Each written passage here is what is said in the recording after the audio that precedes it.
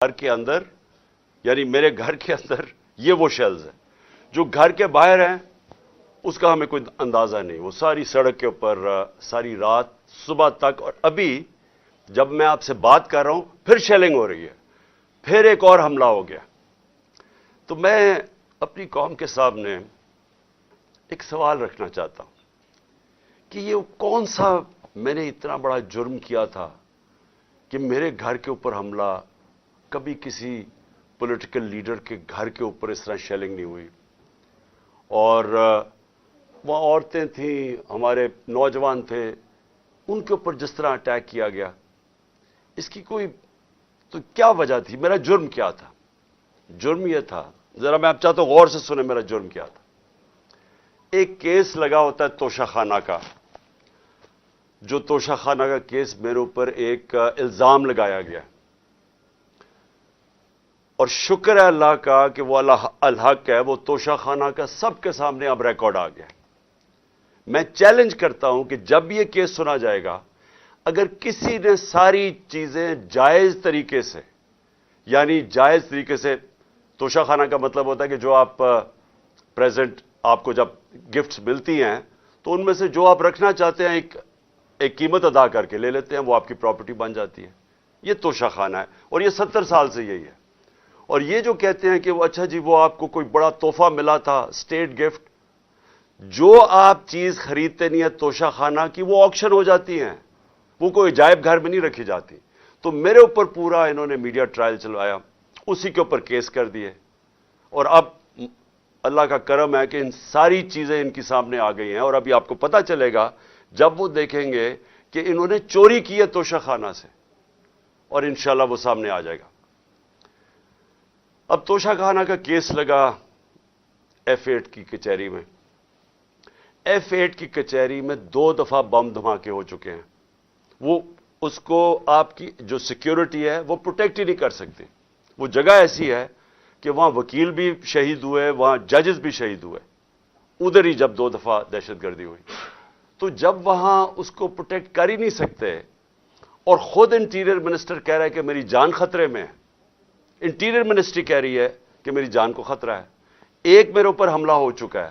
مجھے پتا ہے کہ جو لوگ آج بیٹھے ہوئے ہیں یہ اقتدار میں, جو شہباز شریف اور رانا ثناء اللہ, یہی انہوں نے ہی پہلا میرے اوپر کیا تھا, اور ایک اور ایجنسیز کے آدمی نے.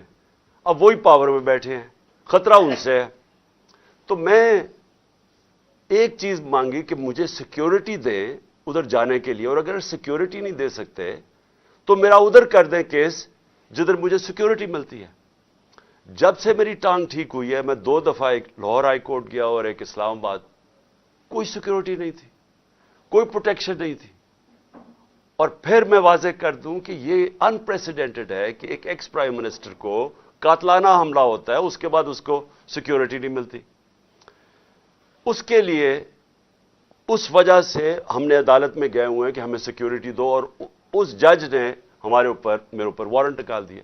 اب یہ وارنٹ کیا ہے جس کے لیے پولیس آئی ہوئی تھی؟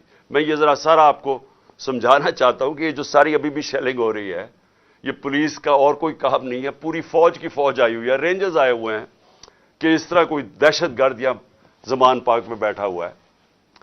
وارنٹ صرف یہ تھے کہ آپ کو پولیس عدالت میں پیش کرے, یہ ہے وارنٹ. جس عدالت میں اس لیے نہیں جا سکا کیونکہ سیکیورٹی کا ایشو تھا, عدالت نے پیش کرنا, یہ پولیس نے وہاں پیش کرنا تھا. رات کو جو پریزیڈنٹ ہیں لاہور ہائی کورٹ کے بار کے اشتیاق خان, انہوں نے شورٹی دے دی, ان کو میں نے آتھرائز کر دیا, انہوں نے شورٹی دی کہ وہ جو میرا اپیرنس ہے ہائی کورٹ میں وہ گارنٹی کرتے ہیں. 18 کو انہوں نے شورٹی دے دی میں ہائی کورٹ میں پریزنٹ ہوں گا. تو جب انہوں نے شورٹی دے دی تو وہ پولیس آفیسر جو مجھے اریسٹ کرنے آیا تھا اس کو شورٹی مل جاتی, وہ کیس اس کو انتظار کرنا چاہیے. تو میں نے فیصلہ کر لیا کہ میں عدالت جا رہا ہوں, اس لیے تو وہ آیا تھا مجھے اریسٹ کرنے. اور یہ قانون ہے, یہ جو کوڈ آف کرمنل CCP جسے کہتے ہیں کہ کوڈ فار کرمنل CRPC, جو کوڈ ہوتی ہے جو جس کے تحت یہ قانون بنا ہوا ہے, اس کا سیکشن 75 کہتا ہے کہ یہ اگر کر دیں تو پولیس آپ کو اریسٹ نہیں کرتی. تو وہ رات لے لے کے پھر رہا اشتہا خان یہ اب شیورٹی، اور پولیس والا ہی نہیں مل رہا. وہ کیوں نہیں مل رہا؟ کیونکہ انہوں نے فیصلہ کیا ہوا تھا میرے اوپر یہ اٹیک کرنے کا. اب یہ میں آپ کو دکھا رہا ہوں کہ یہ صرف شیلز نہیں ہیں، یہ گولیاں آپ کے سامنے ہیں. یہ گولیاں چلائی انہوں نے یہاں. یہ گولیاں چلانے والے ایک آدمی کو عدالت میں پیش کرنے کے لیے نہیں آتے. ان کے عزائم، یہ جو اوپر سارے بیٹھے ہوئے ہیں جنہوں نے پہلے ہی مجھے قتل کرنے کی کوشش کی تھی، ان کے عزائم یہ نہیں تھے کہ عمران خان نے یہ عدالت میں، کہ وہ کہہ رہا ہے کہ میں پہنچوں گا، اس کے باوجود یہ حملہ کر رہا ہے اور ابھی تک حملہ ہو رہا ہے. ان کا مقصد کچھ اور ہے. لندن کے اندر پلان بنا، وعدے کیے گئے نواز شریف سے. وعدہ یہ کیا گیا کہ اگر ہمیں بیک کریں گے تو میں آپ کو یہ کر کے دوں گا، جس میں عمران خان کو جیل میں ڈالوں گا، پی ٹی آئی کو ختم کروں گا، نواز شریف کو سارے کیسز ختم کروں گا. یہ پلان تھا پورا. یہ پلان بڑی دیر سے پتہ ہے، میں بتاتا جا رہا ہوں آپ سب کو. اس پلان کے تحت یہ گیم چل رہی تھی. کیوں میرے ورکرز اس طرح، جس طرح انہوں نے یہ دفاع کیا زبان پاک کی، میں تو کیا ان کو 2 دفعہ کہا، میں نے کہا دیکھو یہ میں کوئی انتشار نہیں چاہتا، میں چاہتا ہوں میں چلا جاتا ہوں، بیگ میرا پیک تھا. لیکن سارے کارکنوں کا کیا مسئلہ تھا؟ ان کو پتا تھا کہ جب سے ہماری حکومت گئی ہے ہمارے لوگوں کو تشدد کیا گیا جیل میں. کسٹوڈیل ٹارچر کہتے ہیں اس کو. جیل کے اندر تشدد کیا گیا. اعظم سواتی، شہباز گل، ہمیں پتہ ہے ارشد شریف سے کیا ہوا، ہمیں پتہ ہے سوشل میڈیا کے لڑکوں سے کیا ہوا، اور ہمیں پتہ ہے کہ وہ درویش، وہ جو اسپیشل انسان تھا جس کے پاس پیار کے علاوہ کچھ تھا ہی نہیں، ذل شاہ سے کس طرح انہوں نے اٹھایا اور اسے تشدد کر کے قتل کر کے سڑک پہ پھینک گئے. تو وہ سارے فکر کر رہے تھے کہ دیکھیں اگر انہوں نے یہ آپ سے لے گئے ایک دفعہ آپ کو، تو یہ آپ سے بھی یہ کریں گے. اس لیے انہوں نے رات سے وہ مقابلہ کر رہے ہیں ان کا، صرف اس وجہ سے. سو میں آج یہ پوچھنا چاہتا ہوں، میں وہ جو اپنے آپ کو نیوٹرل کہتے ہیں ان سے پوچھنا چاہتا ہوں کہ مجھے یہ بتائیں کہ رینجرز کو بھیجنے کا کیا کام تھا؟ میرے دیوار کے اوپر رینجرز چڑھ رہے تھے، اندر آنے لگے تھے. میں کون سا جرم کیا کہ رینجرز کو یہاں اٹیک کروایا میرے اوپر؟ اور جب رینجرز اور ہمارے لوگوں کا آمنا سامنا ہوگا تو کیا کوئی قوم سمجھے گی کہ ہماری اسٹیبلشمنٹ نیوٹرل ہے؟ اور کیا یہ کرنا چاہیے کہ رینجرز یعنی فوج کو اور عوام کا آمنا سامنا کروانا چاہیے؟ جب ٹی ایل پی آ رہی تھی اسلام آباد کی طرف تو مجھے تب آرمی چیف نے کہا تھا کہ ہم بالکل فوج کو سیولینز کے سامنے نہیں لے کے آئیں گے. تو اب کیوں آ رہی ہے؟ کیا وجہ ہے؟ کون سا جرم ہے؟ کیا جرم کیا میں نے؟ اور کیا وجہ ہے کہ اس طرح کی بے دردی سے، جس طرح کا ابھی تک سب کو یہ جو شیلز مارے گئے ہیں، گولیاں چلائی گئی ہیں، یعنی یہ کیا جمہوریت ہے؟ کیا ہم نے کبھی ہمارے 3.5 سال میں کبھی کسی کے اوپر 3 لانگ مارچز تھیں، پروٹیسٹ تھے، کیا ہم نے کبھی کسی کے اوپر یہ کیا؟ تو یہ کیا وجہ ہے؟ اس کے پیچھے کیا ہے؟ ہم سب سوال پوچھ رہے ہیں، ہم سب حیران ہیں کہ اس سب کا مقصد کیا ہے؟ چاہتے کیا ہے؟ کیا یہ وہ ساری وہی ایک تسلسل ہے کہ کسی طرح تحریک انصاف کو دیوار سے لگاؤ، لیکن اس سے بھی زیادہ عمران خان کو مائنس کرو بیچ میں سے، اس لیے پکڑنے آئے تھے؟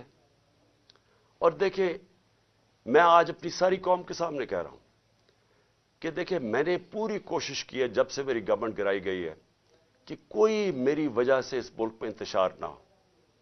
ہم نے سارے پرامن 70 جلسے کیے، سب پرامن. جب کوئی انتشار کا وقت آتا تھا، جب انہوں نے اسی طرح ہمارے اوپر ظلم کیا 25 مئی کو پچھلے سال، میں نے کینسل کیا، میں نے اس کو ختم کر دیا دھرنے کو، کیونکہ مجھے ڈر تھا کہ اب انتشار کی طرف جا رہا ہے. اس کے بعد 26 نومبر لاکھوں لوگ جمع تھے وہاں اس وقت پنڈی میں.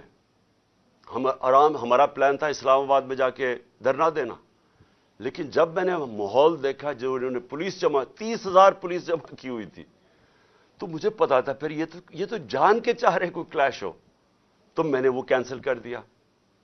ہم نے 8 مارچ کو ایک پرمیشن لی ہوئی تھی. انہوں نے ہمیں شام کو پولیس نے پرمیشن دی تھی کہ اپنی الیکشن ریلی جو ہم نے اپنی 30 اپریل کی الیکشن کے لیے کرنی تھی, پرمیشن ملی ہوئی تھی, روٹ اپرووڈ تھا.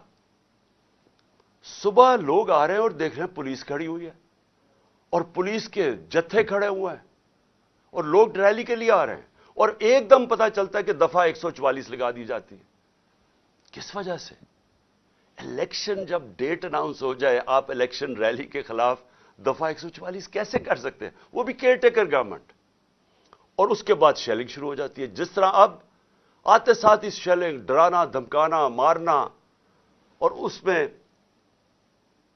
ذل شاہ کا جس طرح قتل کیا گیا, تو اس کے بعد جب اگلے دن ہم نے وہ کیا, پھر سے انہوں نے جب بین کیا اور ان کا خیال تھا کہ ہم پھر سے ری ایکٹ کریں گے, میں نے پھر کینسل کیا کیونکہ مجھے پتا تھا ہمارے لوگوں کو غصہ تھا جو ذل شاہ سے, سب اسے پیار کرتے تھے. تو اس لیے ہم نے کینسل کی, ہم نے پوسٹ پون کی تاکہ کوئی انتشار نہ ہو. اب مجھے بتائیں, رات سے جب مجھے پتا چلا کہ اچھا یہ وارنٹ آ گئے ہیں تو چلے میں شیورٹی دے دیتا ہوں, وہ بانڈ سائن کر دیتا ہوں میں اس کے ساتھ, اشتیاق خان کے ساتھ, پریزیڈنٹ لاہور بار ہائی کورٹ بار ایسوسی ایشن. تو پھر کیا چیز رہ گئی تھی؟ کیا وجہ ہے؟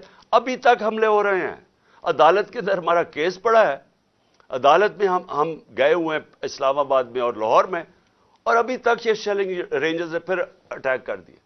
اور مجھے ابھی بھی نہیں سمجھ آئی کہ میرے گھر کی دیواروں سے کود کے اندر آ رہے تھے.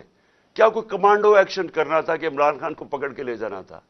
یہ کیا مذاق کر رہے ہیں اس ملک کے ساتھ. اور میں آخر میں افسوس سے کہنا چاہتا ہوں کہ دیکھیں, یہ ملک کو ادھر آپ لے کے جا رہے ہیں, اور جو بھی اس وقت پاور میں بیٹھے ہیں, میں آپ کو یہ بتا دوں کہ ملک کو ادھر لے کے جا رہے ہیں کہ یہ میرے ہاتھ سے بھی چیز نکل جائے گی. اب یہ جو لڑکوں نے, یہ تھوڑے سے تھے, جس طرح انہوں نے وہاں کھڑا ہو کے ٹیئر گیسنگ سب کے باوجود, اتنی بھاری پولیس کی نفری اس کے سامنے کھڑے ہوئے ہیں, صرف اس خوف سے کہ چیئرمین کو اٹھا کے لے جا کے یہ پھر جیلوں میں تشدد کریں گے. اور خوف یہ ہے کہ انہوں نے قتل کرنے کی کوشش کی تھی اور یہی اب جیل میں لے کے جا رہے ہیں. کسی کو اعتماد نہیں ہے ان مجرموں کو, یہ جرائم پیشہ لوگ ہیں, کسی کو ان کے اوپر اعتماد نہیں ہے. تو میں سوال یہ پوچھتا ہوں کہ جو اس وقت اقتدار میں بیٹھے ہیں, جو پاور میں ہیں, جو پاور کنٹرول کرتے ہیں پاکستان کی, اور وہ یہ نہیں ہے یہ جو رانا ثناء اللہ اور یہ جو شہباز شریف ہے جن کے پاس پاور ہے, کیا کوئی فکر ہے آپ کو پاکستان کی؟ کیا آپ کو فکر ہے کہ یہ ملک جا کدھر رہا ہے؟ کیا آپ کو فکر ہے کہ میں اگر آپ جب بھی مجھے پکڑ لیں گے کیا ہوگا؟ جیل میں چلا جاؤں گا. زندگی موت اللہ کے ہاتھ میں ہے, عزت ذلت اس کے ہاتھ میں ہے. کیا کر لیں گے آپ؟ اور زیادہ پارٹی طاقت میں آئے گی, لیکن اس کا جو نتیجے میں جو رد عمل آئے گا وہ کیا فائدہ ہوگا پاکستان کا؟ کس کو نقصان ہوگا؟ جس ملک کی معیشت ابھی بیٹھ چکی ہے, بھی بیکاروں کی طرح پیسے مانگتے پھر رہے ہیں, ملک سکڑتا جا رہا ہے, مہنگائی آسمانوں پہ ہے. مہنگائی ایسی مہنگائی پاکستان کی تاریخ میں نہیں آئی. تنخواہ دار طبقہ پس گیا ہے. بیچاروں کے پاس اس وقت حالات یہ ہیں کہ ان کا 2 ہفتے کے اندر ان کے پاس تنخواہیں ختم ہو جاتی ہیں. اس ماحول کے اندر انتشار پھیلانا, کیا یہ کوئی پاکستانی سوچ رکھے؟ یہ تو کوئی دشمن ایسے کرے ملک کے ساتھ تو یہ ہمارے ہاتھ سے گیم نکل جائے گی. یہ جو حرکتیں ہو رہی ہیں, یہ میری, اب یہ جو باہر لڑکے ہیں یہ میری نہیں سن رہے. جب ان کے اوپر یہ انتشار ہو رہا ہے اور یہ جو شیلنگ ہو رہی ہے, وہ میری نہیں اب بات سنتے. وہ اب میرا کوئی کنٹرول ان کے اوپر نہیں ہے. اور جس طرح کی اب بمباری اور یہ سب کے ہاتھ سے نکل جائے گا. اس لیے میں کہنا چاہتا ہوں اپنی عدلیہ سے سب سے پہلے کہ دیکھیں, امید صرف اب ہمیں آپ پہ رہ گئی ہے. یہ جرائم پیشہ لوگ جو گورنمنٹ میں بیٹھے ہیں, یہ تو کوشش کر رہے ہیں کہ 80 کیسز کر دی ہیں, یہ تو کیسز بڑھتے جائیں گے. یہ تو کوئی کبھی ایک عدالت کبھی دوسری عدالت, ان کی تو کوشش ہے کہ میں الیکشن نہ لڑوں, یا میں کسی جیل میں چلا جاؤں, اور یا سارا وقت الجھا رہا ہوں کیسز میں کہ کبھی ایک وارنٹ نکل رہا ہے. تو ہمیں تو صرف امید عدلیہ سے ہے, اور دوسری ہم امید لگا رہے ہیں اپنی جو اسٹیبلشمنٹ ہے اس ملک کی کہ کیا آپ کا انٹرسٹ پاکستان میں ہے یا نہیں ہے. تو یہ جو تماشا ہو رہا ہے اس کو بند کریں, ملک کا سوچیں. یہ جو بھی پلان ہے لنڈن کا اس کے اوپر نہ کام کریں. یہ ملک تباہی کی طرف جا رہا ہے. اور میری اپیل ہے آپ سب سے کہ اب اس ملک کا سوچیں. آپ جن کا جینا مرنا اس ملک میں ہے, ہمارے تو کوئی باہر نہیں جانا, میں تو کوئی لنڈن نہیں جانا جس طرح یہ سارا ٹبر اٹھ کے چلا جاتا ہے یا دوسرا اٹھ کے وہ باہر چلا جاتا ہے. ان کی تو باہر پراپرٹیز اربوں ڈالر ہیں, ہمارا تو جینا مرنا یہاں ہے. تو میرا اکیلے کو فکر نہیں کرنا چاہیے, ہر اس پاکستانی کو اس ملک کا سوچنا چاہیے جو اٹھ کے لنڈن نہیں چلا جائے گا, جس کے باہر ڈالرز نہیں پڑے ہوئے. ان سب کو سوچنا چاہیے کہ ملک جا کس طرف رہا ہے. اور اپنی عوام کو آخر میں آپ کو کہنا چاہتا ہوں, میں پھر سے آپ کو کہنا چاہتا ہوں, میں پکڑا جاؤں, جیل میں بھی چلا جاؤں, جو بھی مجھے ہو جائے, آپ نے یہ جو حقیقی آزادی کی ہماری تحریک ہے, آپ نے سب نے اس میں شرکت کرنی ہے. کیونکہ غلام قوم کا کوئی مستقبل نہیں ہوتا. یہ جو ایک چھوٹا سا طبقہ اوپر حاوی ہوا ہے, قانون کے وہ اوپر بیٹھا ہے, ہر قسم کا ظلم کرتا ہے لوگوں پہ, خوف کے اوپر ملک چلاتا ہے, سارے ملک کے وسائل کے اوپر قبضہ کر کے بیٹھا ہوا ہے, یہاں سے پیسہ چوری کرتا ہے, ہنڈی والے سے باہر بھجوا دیتا ہے. ملک کا ساری چوری کا پیسہ آج ان کے بڑے بڑے بینک اکاؤنٹس اور لنڈن اور باہر مغربی کیپٹلز میں ان کا پیسہ پڑا ہے. صرف دبئی کے اندر 20,000 پاکستانیوں نے, یہ ابھی بلومبرگ کی رپورٹ ہے, 20,000 پاکستانیوں کا دبئی میں $10.4 ارب پڑا ہوا ہے. تو ملک کیسے آگے جا سکتا ہے اگر یہ ان لوگوں کے ہاتھ میں ملک رہے گا. اس لیے میں قوم کو آج کہہ رہا ہوں کہ آپ نے پوری طرح اس حقیقی آزادی کی جہاد میں شرکت کرنی ہے. پاکستان زندہ باد.